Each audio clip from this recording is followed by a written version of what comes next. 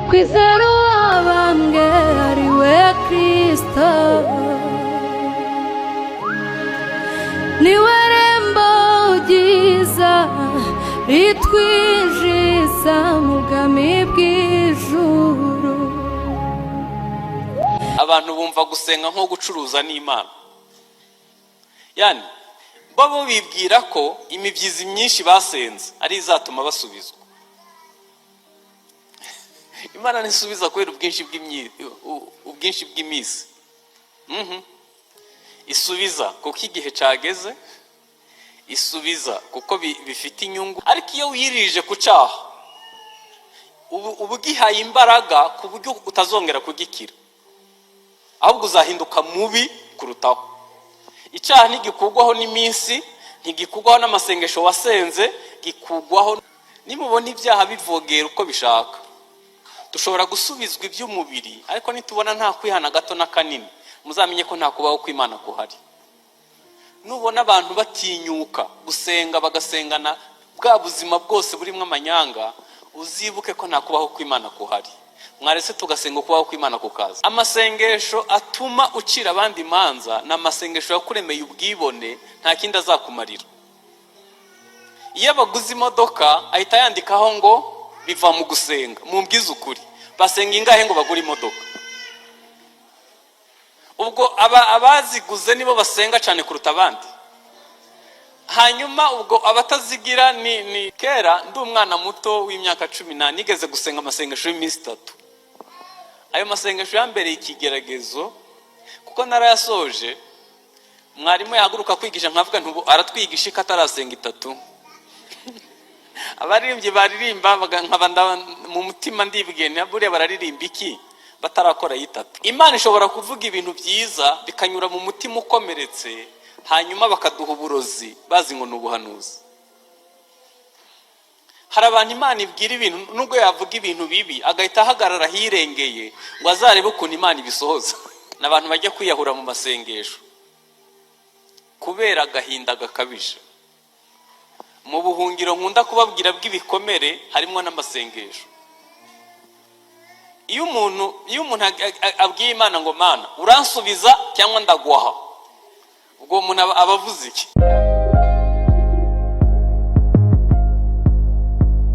Tubabarira ibyaha byacu kuko natwe duharira barimo imyenda yacu bose, kandi ntuduhane mu bitwosha. Amen.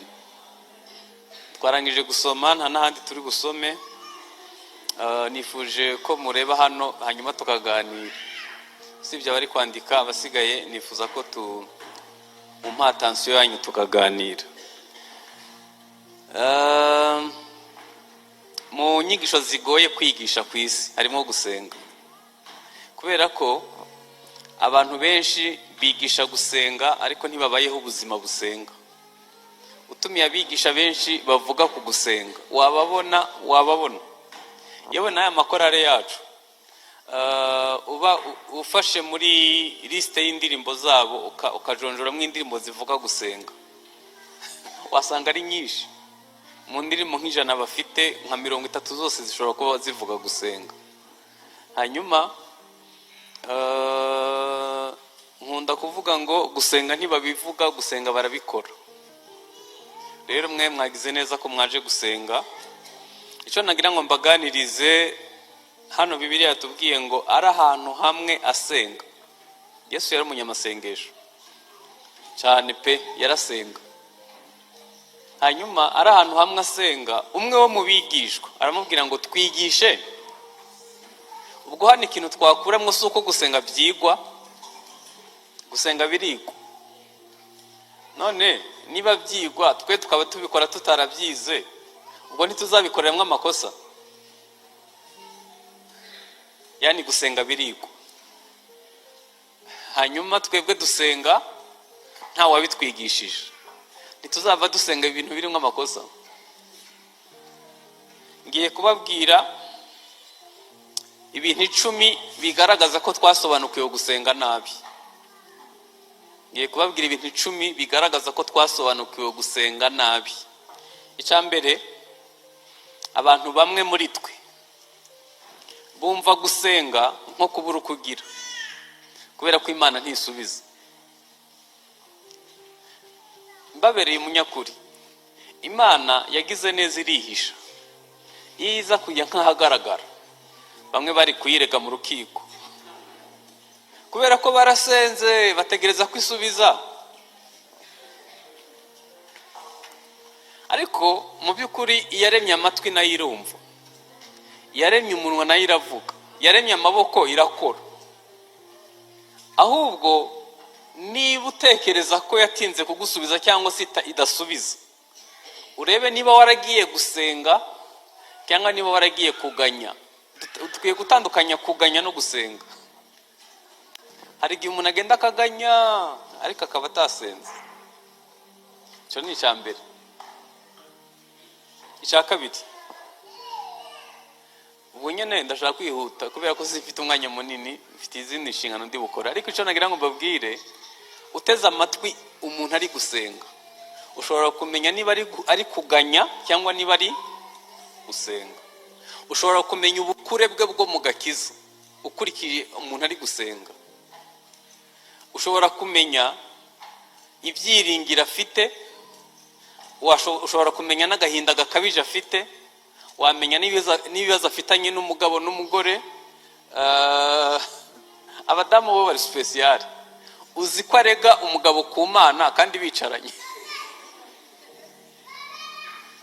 Yani abantu benshi bafashe Imana nkaho idasubiza, ahubwo irasubiza nuko utagiye gusenga, wagiye kuganya. Icya kabiri, abantu basenga kuko badafite ikindi bakora. Ngewe mu myaka maze nkijijwe, nagiye nsengana n'abantu benshi babona akazi ntituzongere kubabona. Noneho ukibaza, kandi ntabwo ari mwe gusa, n'abagiye muri ibyo bihugu byo hakurya hari akazi kenshi. Kubera ikirarane cy'inzara ahita akora utuzi dutatu. Kuri ngiye gukora ni ibintu byiza. Ariko niba kera waramara iminsi 3 mu cyumba usenga, basi ni wige gutwara imodoka usenga, wige kubaza usenga, ugende mu muhanda usenga. Uvuye hano kugera i Nyarugenge ni minota nka 20, utangiriye isengesho hano wagera mu mujyi wafashije.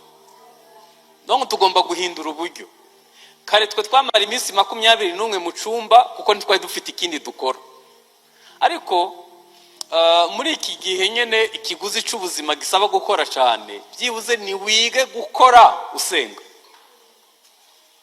Abantu rero benshi basenga mu gihe badafite icyo bakora. Iyo Imana isubije, ari Imana ntiyongera kubabona, n'urusengero ntigongera kubabona.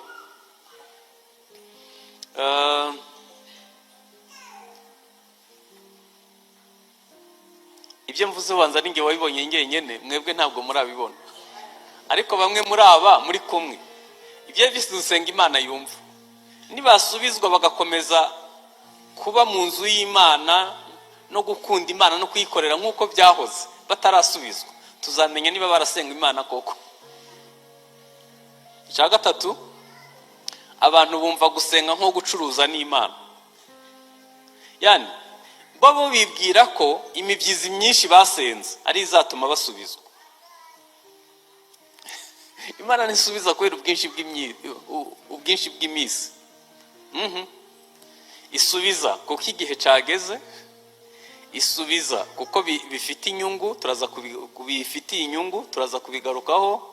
Isubiza kubera ko yarangije kugutunganiriza kubana n'ibisubizo. Ariko kuyibwira ati ngewe nakubise 120, nasenze 40, nasenze, ibyo bintu bishobora kwemeza twebwe, ariko ku Mana ntiyemezwa n'imisi.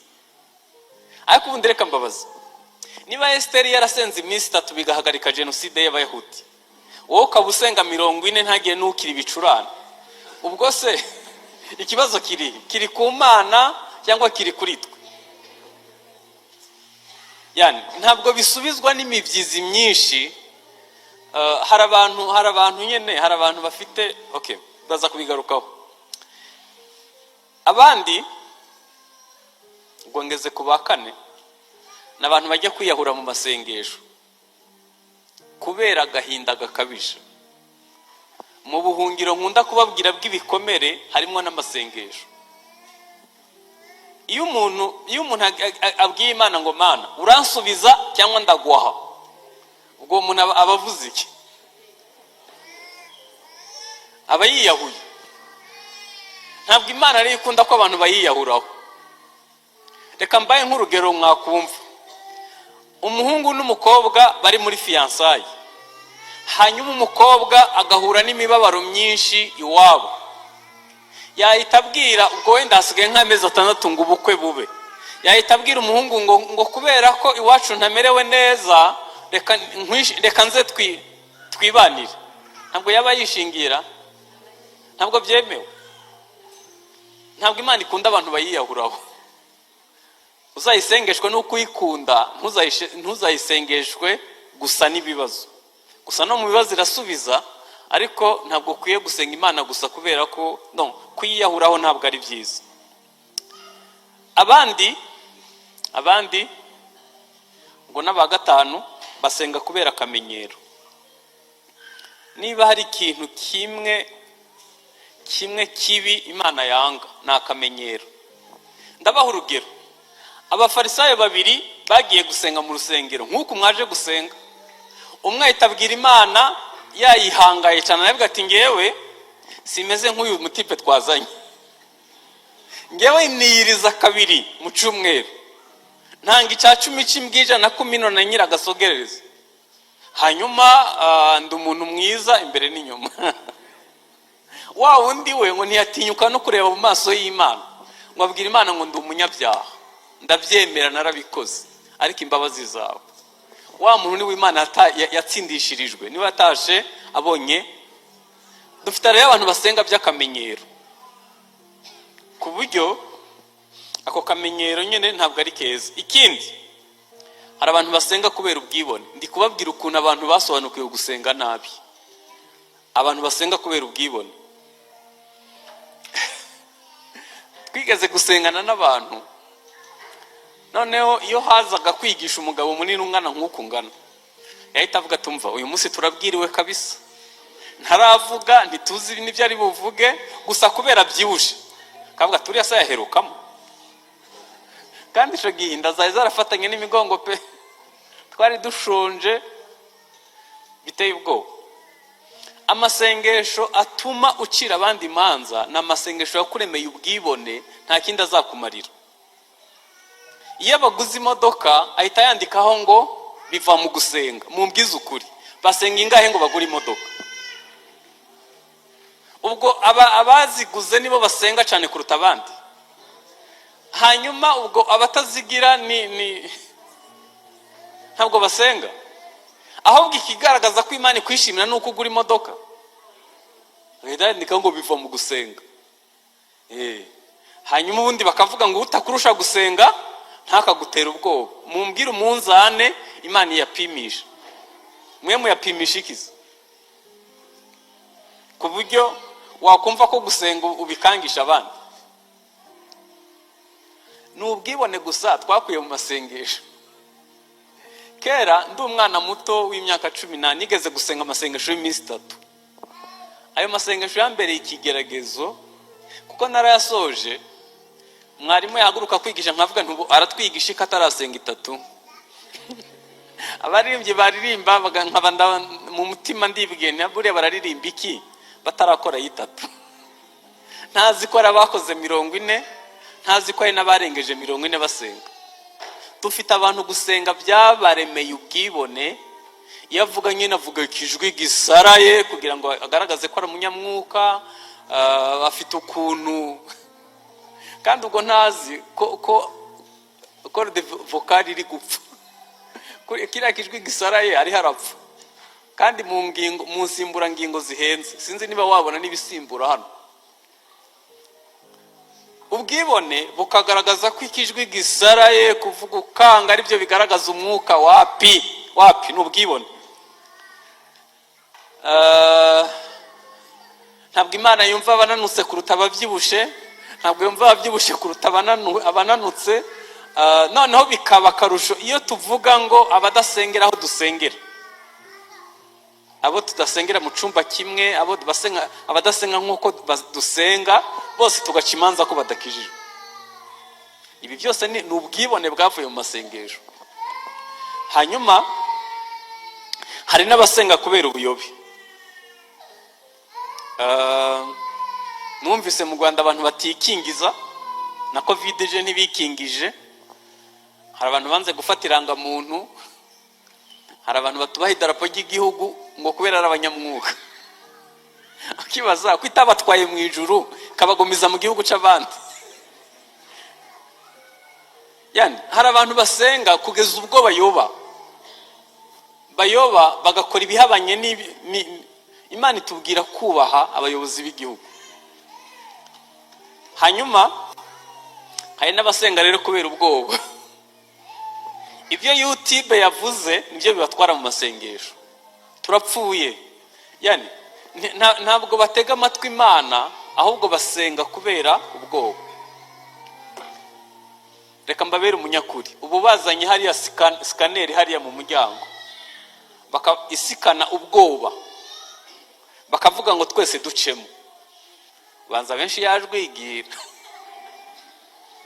Umuntu avuga ati buse nzababyara nzabagaburira iki? Ninde yakubwiye ko nabyara ahubwo?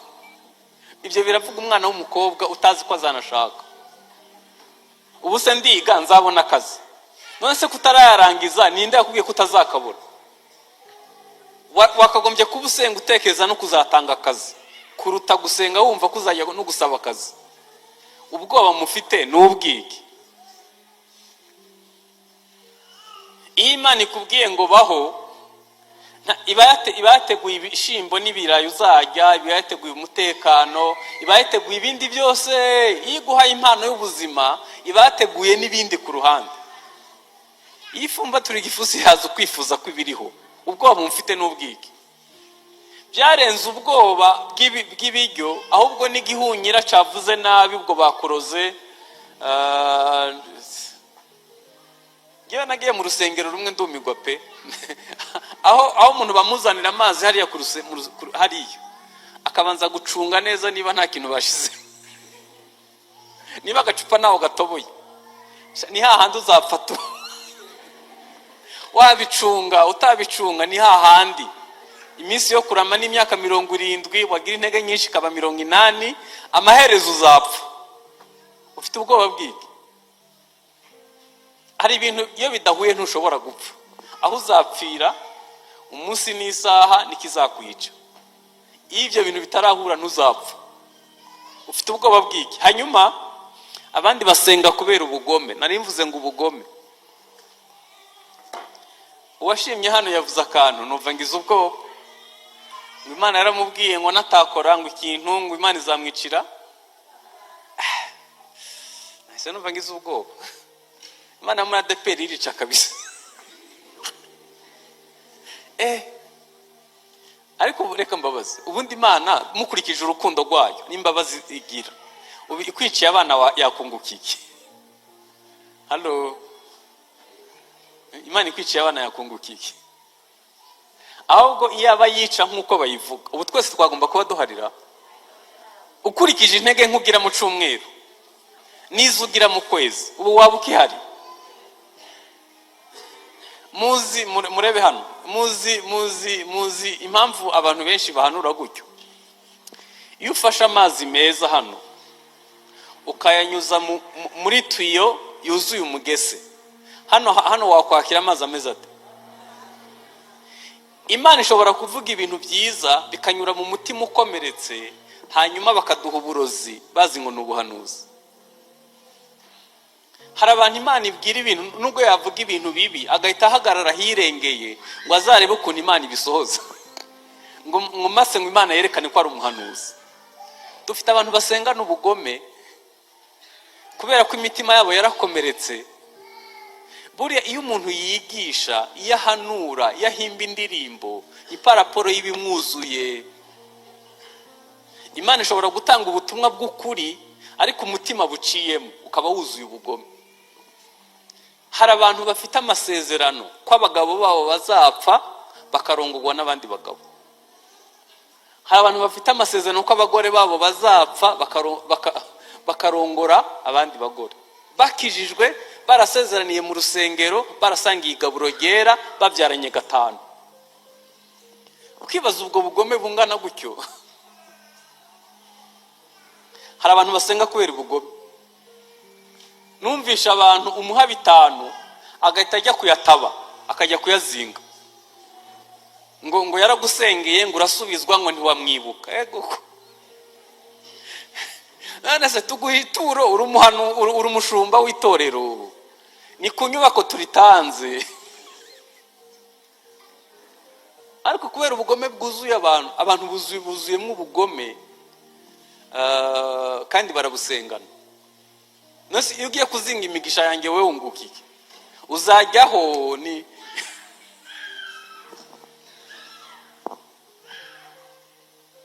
Nigeze kujya ku musozi umwe abantu basengeraho kera bicemewe, umuntu ntagire uzabikora ntabwo byemewe, bihanwa n'itegeko. Kera icyo gihe byari bicemewe. Noneho njya gusengerayo, mbona abantu bazamuka bikoreye amabuye, hanyuma bageze hejuru ku musozi batangira kuyahirika. Noneho ntenga amatwi, umuntu akajya avuga ngo mpiritse umushumba wanjye ku ntebe, uko ntembagaje ibuye ritazagaruka niko ntembagaje umushumba. Umuntu mudasangiye isambu mwahuriye mu rusengero uramuhirika ngo bigende biteko.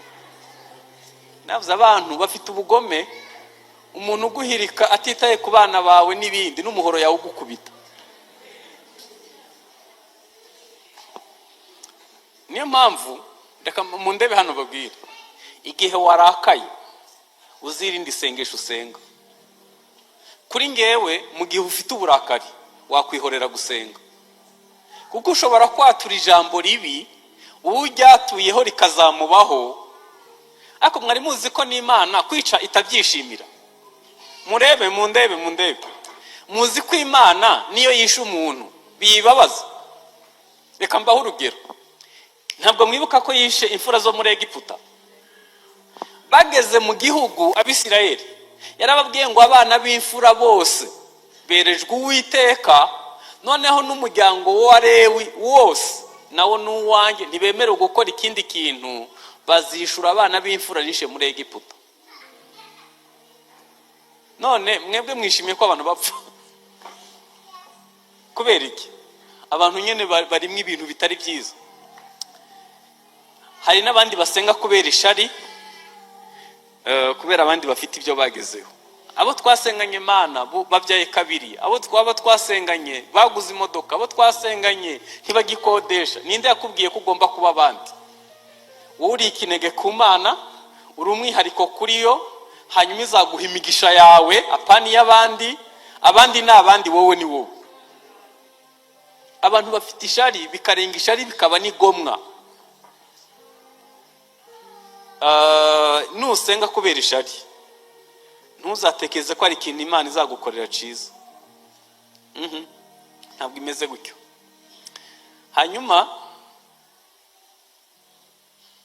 ninde ukwiriye gusenga rero? Nyene mwaje gusenga, ariko ninde ukwiriye gusenga? Yakobo 4:7 haravuga ngo nuko rero mugandukira Imana, ariko mugwanye Satani nawe azabahunga. Mwegera Imana nayo izabegera. Yemwe banyabyaha nimukarabe, namwe ab'imitima ibiri nimwiyeze imitima. Umuntu ukwiriye gusenga ni umuntu yumvira Imana, ni umuntu yicishije bugufi, ni umuntu yubaha Imana. Hanyuma ikindi, agomba kuba afite umutima utuzuye Satani. Hari igihe bavuga ati uyu muntu murasengana, ati avuga atari kwasengana shitani. None niba mu rugo usiga nabi, abo mu bantu utaberera imbuto, ubwo urumva kuza gusenga kwawe bitabatera urujijo.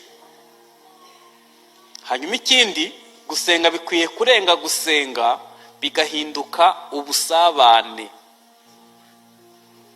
Biroroshe, reka mbaho urugero. Abantu bari hano bafite abafiyanse, ntekereza ko bikorohera cyane iyo ugiye kuvugana na fiyanse. Uba wumva ari umunezero ko muganira. N'abagabo n'abagore bakundana nabo biba ari umunezero iyo ugiye kuganira n'ukunda. Ntabwo bakwiye kuduhatira gusenga, dukwiye gusenga kuko tugiye kuvugana n'uwo dukunda. Hanyuma ikindi, tukiye kuba tudafite imitima ibiri. Abantu bafite imitima bazana gusenga hano niyo basiga mu rugo. Mbese hari ukuntu bahinduranya. Iyo umusanze hano biba ari sawa, ariko hanze ya hano abayeho ubuzima bubiri.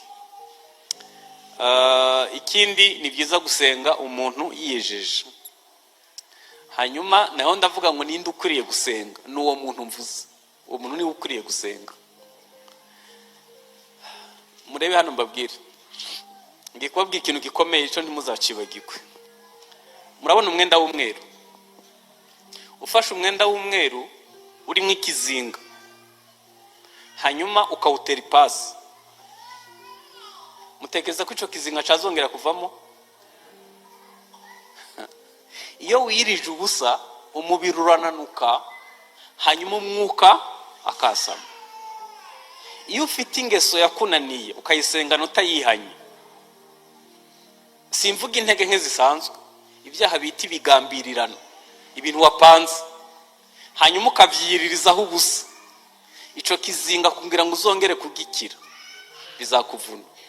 Hari ibintu byo kwitondera, kugigaburo gera, kujya mu masengesho, ni ibintu kuye kwitondera ukabanza kubitegura. Apana gusenga mu kavuyo, oya. Kubera ko biteye ubwoba ko umuntu akuramwo inda yasambanye, hanyuma yakuyemwo inda agahita akora yitatu. Ntabwo amasengesho akuraho icyaha gikurwaho no kwihana no kwatura. Kuri nge rero yabanza gushaka umukozi w'Imana akatura icyaha, akabona kujya gusenga kugira ngo yubake ubusabane. Ariko iyo wirije ku cyaha ubu gihaye imbaraga ku buryo utazongera kugikira, ahubwo uzahinduka mubi kurutaho. Icyaha ntigikurwaho n'iminsi, ntigikurwaho n'amasengesho wasenze, gikurwaho no kwihana no kwatura.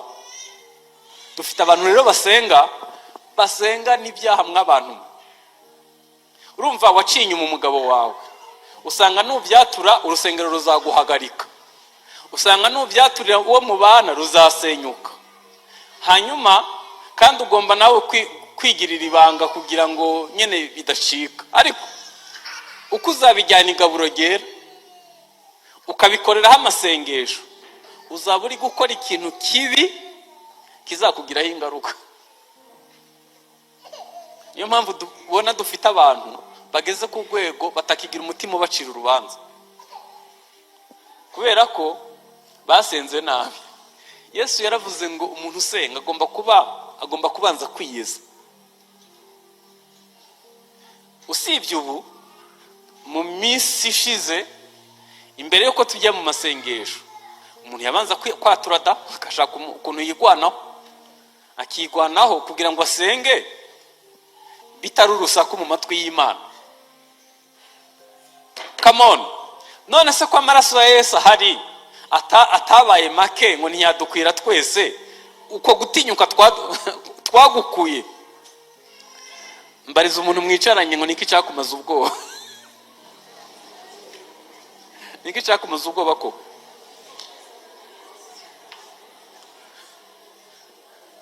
Ku buryo ushobora gutinyuka kujya mu maso y'Imana na wa mwanda wose na bya bintu byose uko byakabaye, ukajya imbere y'Imana ukavuga tereka yeye ntaco bintwaye. Muzi ko Yesu yahagaze imbere y'Imana ngo yambaye ubushwambagara, Satani agahita aza kumureka. Marayika itayihuta amwambura ubwo bushwambagara, banza yarabanje no kumwoza simbizi, amwambika umwenda mwiza n'igitambaro mutwe, aravuga ati Satani Uwiteka guhane, uyu we n'umushume wokoye ku gicaniro. Niki cyatumaza ubwoba? Mu materaniro nta kibazo, ariko mu masengesho. Hanyuma nashaka kubabwira uburyo bwiza bwo gusenga. Nababwiye ibintu 10 bigaragaza ko twasobanukiye gusenga nabi. Icya kabiri nababwiye umuntu ukwiye gusenga uwo ari we. Icya gatatu ndashaka kubabwira uburyo bwiza bwo gusenga. Uburyo bwiza bwo gusenga rero ni ukugirira Imana icizere usenga, ni ukubanza kuyizera, ugasenga wizeye. Hari ibibazo nka 3 cyangwa birenga Yesu yakunda kubaza. Wizeye ko mbikora? wizeye gukira, urashaka ko nkugirirane. Tugomba kubanza kugira kwizera mbere yo gusenga, kubera ko impamvu izatera Imana gusubiza ni uburyo wowe wizeye. Hano nigeze kubabwira rimwe, narababwiye ngo ibintu byose turabyizera ukuyemo Imana. Nta bantu muri mwe baje na moto? Nta barimo? Mugire gutya turebe. Mwabanje gusaba umumotari perimi murebe niba yifite? Hari ubwo bizi neza ko atagwara mu mutwe? Muri mwari abantu basize abakozi mu rugo, murataha musange batetse bamubige nta kibazo mufite, hanyuma bubaka hano mwari muhari, nige cyakwijeje ko itari butugweho. Yani kubera ko ibindi bintu byizera, kwizera Imana bikakunanira.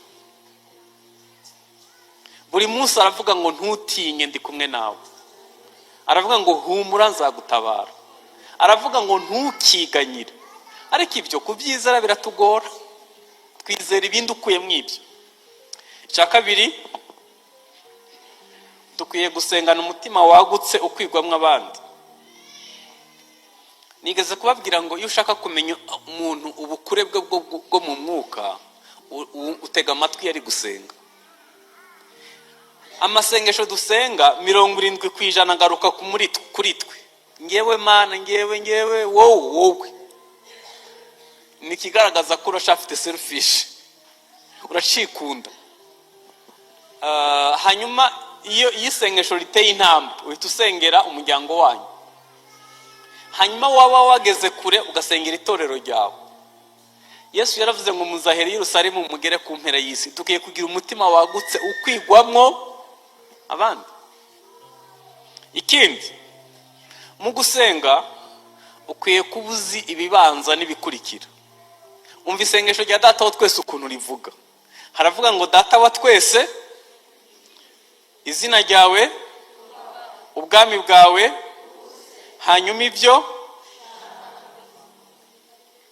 mundebe mutekereza ko ubwami bw'Imana bwaje ibiryo byabura.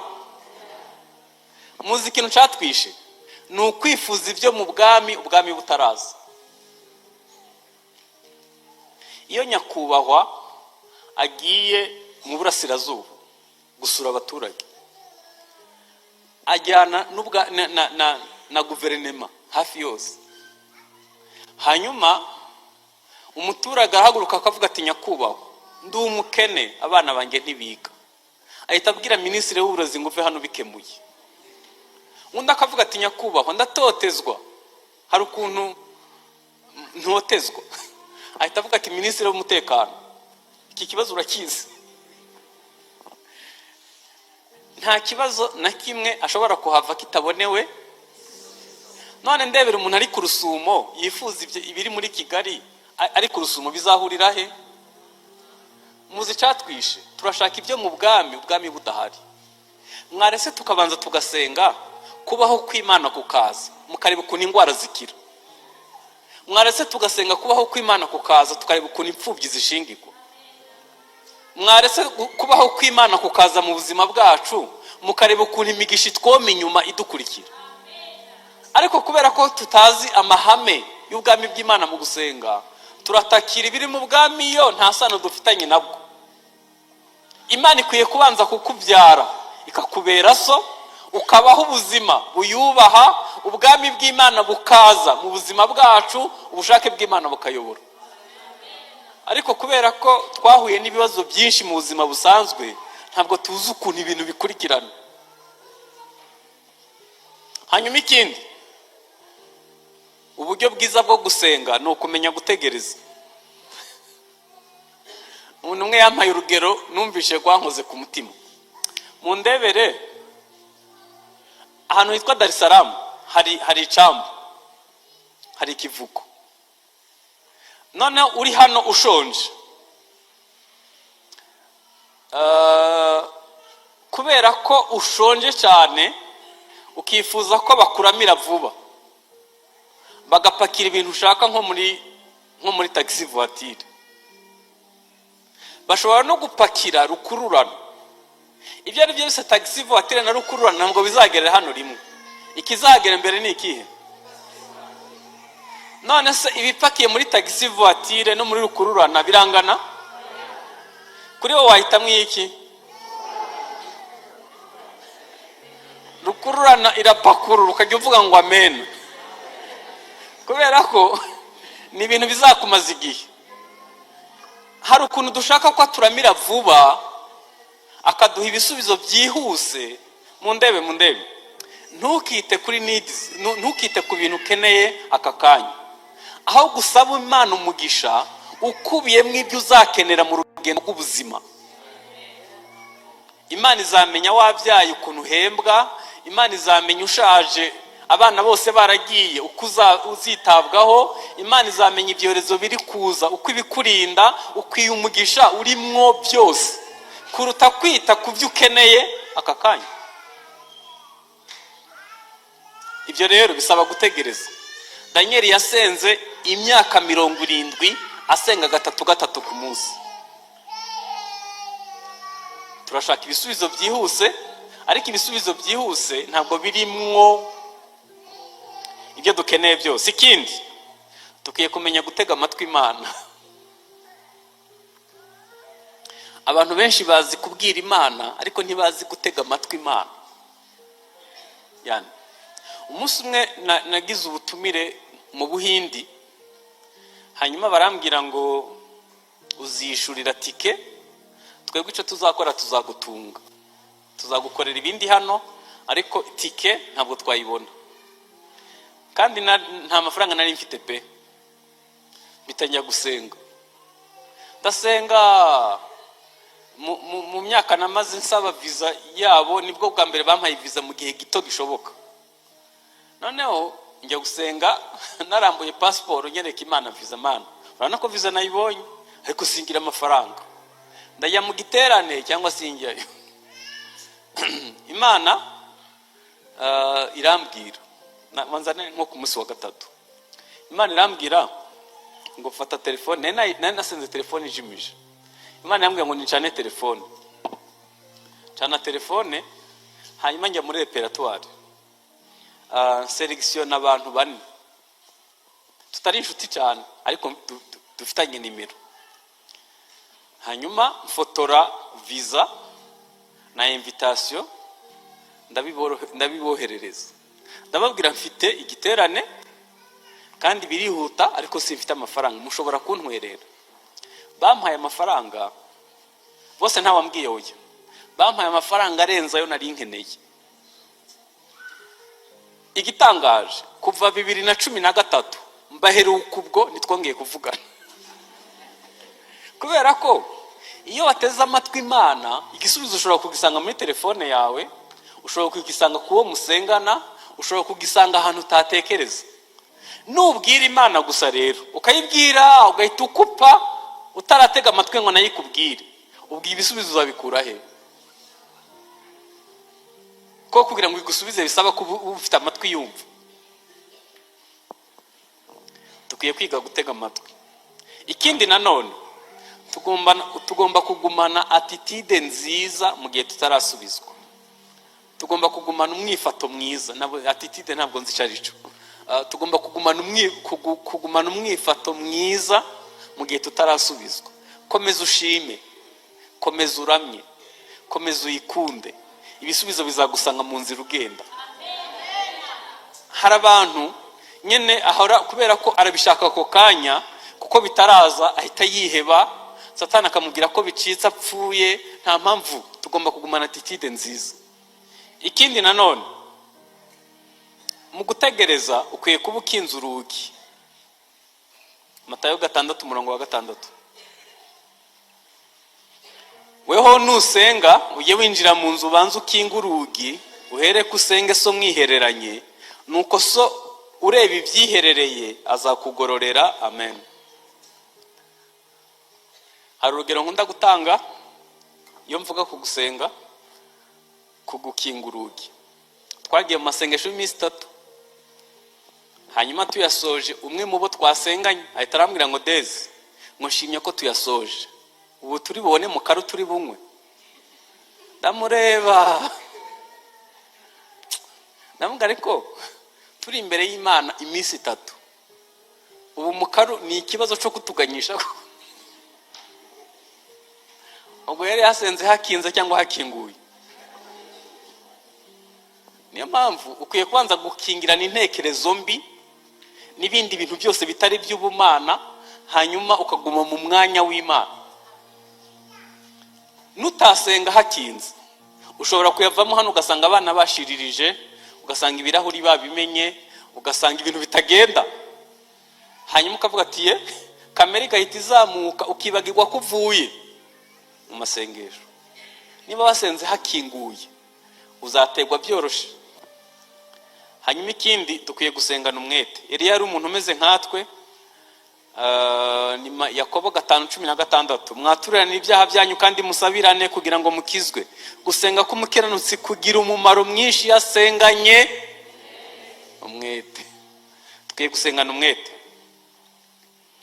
Hanyuma rero ndashaka kubabwira ijambo rikurikiyeho, ahantu heza ho gusengera. Yohana 4:23 ni mu mwuka no mu kuri. Urusengero rwari rugizwe n'ibice bitatu, hanze ahera n'ahera cyane. Umuntu agizwe n'umubiri, ubugingo n'umwuka. Ahantu heza ho gusengera Yesu yemera ni mu mwuka no mu kuri. Yesu yavuze ngo musabe, mushake, mukomande. Hari abantu rero iyo basenga ntabwo bakwita kuri iyo procedure kuko iravunanye. Kurenga ibyifuzwa by'umubiri ukarenga amarangamutima ukagera mu mwuka. Isengesho ridasengewe mu mwuka ntabwo rirenga hano kuri plafo. Kandi Satani ni umuhanga wo gutoragura amasengesho ameze atyo, agahita azana ibijya gusa n'ibisubizo, kubera ko yigira marayika umuco. Dukwiye kumenya ko dukwiye gusengera mu mwuka no mu kuri. Isengesho risengewe mu mwuka, iyo umuntu yabashije kugera aho hantu mvuze, aho hantu hitwa mu mwuka, uhita wumva ubaye akana keza. Nubwo waba uvuga menshi nkanjye uhita uvuga make. Hari ukuntu uhita witonda, kamera iba yegewe kure. Hari ukuntu uba wumva uciye bugufi, wumva ibintu. Numva utangiye kuvuga ibibonetse byose, uzamenye ko kamera yagarutse, wasubiye mu gice cy'umubiri. Ariko iyo bageze aho hantu, hari ukuntu uba wumva hari ukubaho kw'Imana. Umunsi umwe twagiye muri Isirayeli na madamu, hanyuma yari yanditse ibyifuzo byinshi, hanyuma ahageze arabibura. Ndavuga apana kubibura ko kubura agapapuro, oya, yumvishe nta mutwaro n'umwe agifite. Mbona ari gushima, mbona ari kurira, ndamaza. Hanyuma avuga terega nageze hano numva ibyifuzo byose birakamutse, numva nta kibazo na kimwe mfite. Hari ahantu umuntu agera, simvuze Isirayeli nk'ubutaka. Hariya naho niubone ubushobozi uzajyeyo, n'Imana nibigukingurira umuryango. Ariko icyo nashaka kuvuga, iyo ugeze mu gice cyitwa umwuka, hari ukuntu ibyifuzo bita bitakaza agaciro. Cyangwa se nabwo umwuka wera ukumva ari gusengera ikintu utigeze utekereza. Wagiye gusaba Imana akazi, ahubwo umwuka akavuga ati hari impanuka yihuta, reka ibindi byose wasengera, sengera runaka, kuko wasengeye ahantu hakwiriye, mu kuri no mu mwuka. Hanyuma rero ndashaka gusoza. Dufite abakozi b'Imana benshi, ibindi baraza kubivuga. Umukoro dutahanye n'uwuhe? Ikintu dukwiye gukomeza gusaba ni ukwinjiza mu buzima isengesho rya Data wa twese. Ni nacyo ngiye gusengera, ndahita nsoza. Nashaka gusenga ngo ubwami bw'Imana buze. Ni ukuri umunsi ubwami bw'Imana bwaje, ibyaha ntibizavogera, ntibizinjira uko bibonye, kuko ubwami bw'Imana buhari. Umuvugabutumwa umwe yatanze agakuru ari kwigisha, gashobora kuba ari ukuri. Umugabo yari afite umugore w'umunyamwuka ubana n'Imana pe. Hanyuma umugabo agira intege nke, ajya gusambana. yahavuye mu rugo nimugoroba bari imineke, noneho ataha mu rukerera nka saa 9 saa 10. Umugore avuye abyuka kumukingurira. Murabona twatuntu tujya ku bishishwa by'imineke bariye batwita ubuzizi, gahita kamujya mu zuru, madamu kamujya mu zuru, abageze noneho umugabo ahita aravuga ngo madamu mbabare n'ubwa mbere nari mbikoze ngo kandi n'ukuri sinzonge. Iyo umwuka wera hari ibyaha byicira urubanza. Nimubona ibyaha bivogera uko bishaka, dushobora gusubizwa iby'umubiri, ariko nitubona nta kwihana gato na kanini, muzamenye ko nta kubaho kw'Imana kuhari. Nubona abantu batinyuka gusenga bagasengana bwa buzima bwose burimo amanyanga, uzibuke ko nta kubaho kw'Imana kuhari. Mwarese tugasenga kubaho kw'Imana kukaza. Ndabizi neza kubaho kw'Imana ni kuza, abatinze kubona urubyaro bazabona urubyaro. Kubaho kw'Imana ni kuza, akazi kazaboneka, nikataboneka tuzagahimba. Kubaho kw'Imana ni kuza, Imana izakora ibintu bitiganwa. Kubaho kw'Imana ni kuza, ntabwo kuzadusiga uko twari tumeze.